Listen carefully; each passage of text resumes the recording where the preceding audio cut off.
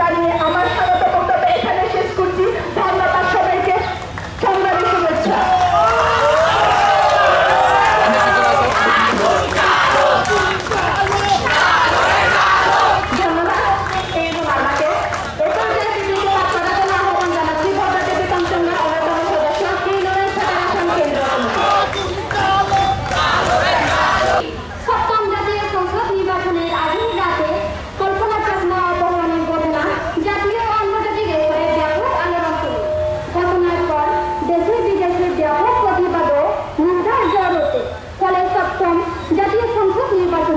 নির্বাচিত তৎকালীন আওয়ামী লীগ সরকার অবসরপ্রাপ্ত বিচারপতি আব্দুল জলিলের নেতৃত্বে 3 সদস্য বিশিষ্ট একটি তদন্ত কমিটি গঠন করতে বাধ্য হন।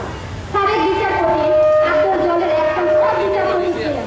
এজন্য তিনি কল্পনা চাকমার অপহরণে প্রকৃত সত্যতা খুঁজতে 196 জনের সাক্ষ্য গ্রহণ করেছিলেন।